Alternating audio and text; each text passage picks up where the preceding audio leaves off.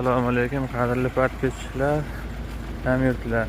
2016-yil Fe'amsali kreskasi to'g'ri mancha yerda Ekila tumanida jangga sep qo'yilgan kreskasi bor ekan. Qolgan yeri to'g'ri ekan. Ichlar Lukus kansani yurgani 300 ming.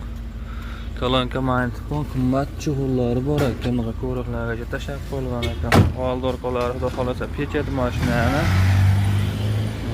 Xullas dekan oladi, mana yurib turgandim oddigalar uchun mana yurgizib tayyor motor qo'yilgan, hadavoy to'rtta yumshoq bilan qo'yib qo'yilgan.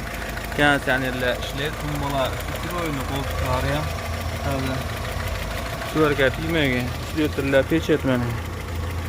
Mana yili ham 2006.